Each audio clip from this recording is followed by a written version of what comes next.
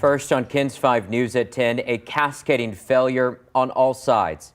Tonight, the DOJ report highlights what many knew all along. The victims at Robb Elementary were failed by law enforcement. We have team coverage tonight. Alicia Nieves with the families pushing for accountability.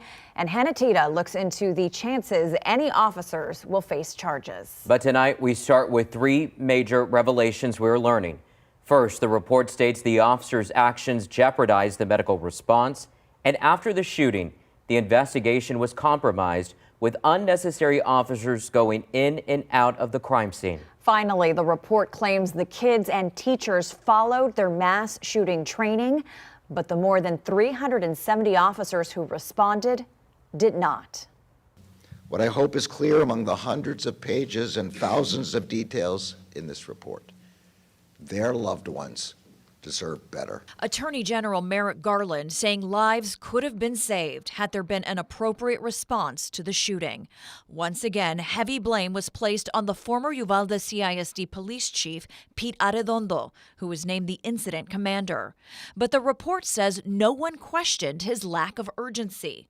Within 3 minutes of the shooting, 11 officers were on scene, including supervisors, but no one assumed command. Injured and scared students and teachers remain trapped with the subject in the classrooms, waiting to be rescued. Once officers breached the door, the report states another round of chaos. There was no plan to triage the 35 victims. The report says unnecessary officers continue to enter the classroom instead of EMS. One responder reportedly said, quote, law enforcement was moving injured kids in ways that were probably more harmful. In one case, injured survivors were put on a school bus with no medic. They were instead taken to the city's civic center. In another case, the report says one EMS crew carried a patient out of a classroom only to find their ambulance was missing after another agency took it. In the commotion, one adult victim was placed on a walkway, on the ground, outside to be attended to.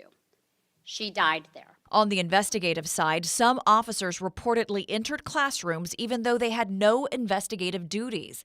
It wasn't until days later that investigators found a device that allowed the shooter to fire his gun faster. It was in the trash can after an officer had moved it from the floor. Tears filled the room as DOJ officials summarized the report. The Attorney General dedicating the review to the 21 victims who lost their lives. Let's go live to KENS 5 reporter Alicia Nieves with the frustration from families tonight. Alicia? So this report was a critical incident review, not an investigation. So while families are relieved that much of the report proved them right, they're still fighting for accountability. They describe Uvalde as a community divided. Because of this, because they don't want to believe that the people that they grew up with failed our children and they stand against us. I'm hoping that they read this and they see Johnny Field's name. Or Mariano Pargas's, who is a county commissioner right now. But after a detailed analysis identified the egregious errors made by law enforcement at Robb Elementary. It's a lot of pages. It's a lot to read. These families are hopeful this report will serve as a turning point. Terminations, criminal prosecutions, and our state and federal government enact sensible gun laws, because Robb Elementary began the day an 18-year-old wasn't allowed to purchase an AR-15. What families would have liked to see is more information about the role of DPS at Robb Elementary.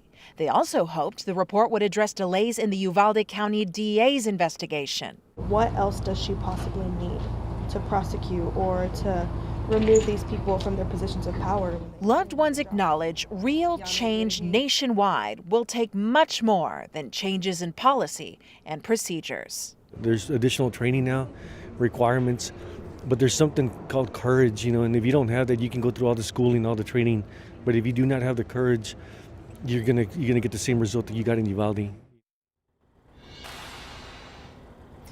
Meantime, 17 Uvalde families have secured legal representation. They came to the conclusion that the best recourse in a situation like this, as the criminal investigation remains at a standstill, will be through civil litigation. We'll, of course, keep you posted on that. Live in Uvalde tonight, Alicia Nieves, KENS 5. Thank you, Alicia.